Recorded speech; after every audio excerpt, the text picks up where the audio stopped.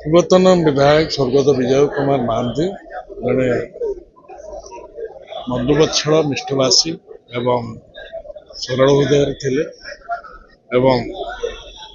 2009 ଠାରୁ 2019 ପର୍ଯ୍ୟନ୍ତ ଦୁଇ ଥର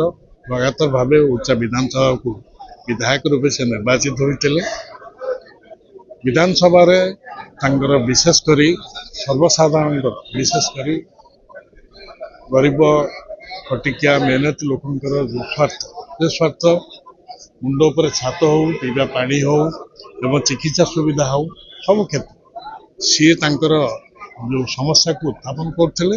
ଏବଂ ବ୍ୟକ୍ତିଗତ ଭାବେ ମଧ୍ୟ ଅନେକଙ୍କୁ ସେ ସାହାଯ୍ୟ କରିଥିଲେ। 2009ରୁ 2014 ଭିତରେ ଯେତେବେଳେ ନଗର ଉନ୍ନୟନ ବିଭାଗର ବଜେଟ୍ ଉପସ୍ଥାପନ ହେଉଥିଲା ବିଧାନସଭାରେ ସିଏ ସେଥିରେ ବହୁତ ସକ୍ରିୟ ଅଂଶଗ୍ରହଣ କରିଥିଲେ।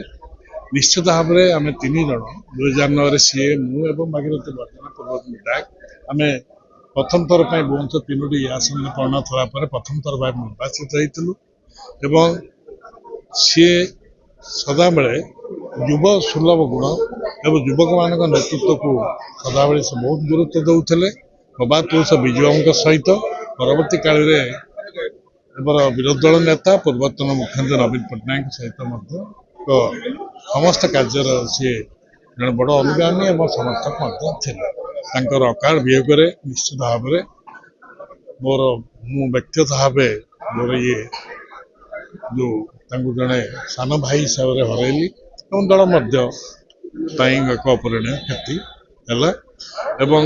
ମୋ ସହିତ ତାଙ୍କ ଦୀର୍ଘ କେବଳ 10 ବର୍ଷ ନୁହେଁ ପୂର୍ବରୁ ପୁଣା ଭୁବନେଶ୍ୱରରେ ସେ ରହୁଥିଲେ ତାଙ୍କ ପରିବାର ବି ଆମେ ଅନେକ ସମୟରେ ଆଗରୁ ମଧ୍ୟ ପରିଚୟ ଥିଲା ଯେତେବେଳେ ବିଜୁ ଯୁବ ଜନତା ଦଳର ସେ ଥିଲେ ବା ଜନତା ଦଳ ସହିତ ଥିଲେ ଅନେକ ଥର ସିଏ ମୋ ସଂସଦରେ ଆସିଛନ୍ତି ମୁଁ ଆସିଛି ଏବଂ ନିଶ୍ଚିତ ଭାବେ ଏକ ନିରଳସ ବ୍ୟକ୍ତିତ୍ୱ ଅମାୟିକ ବ୍ୟକ୍ତିତ୍ୱ ଏବଂ ସ୍ଥାୟୀ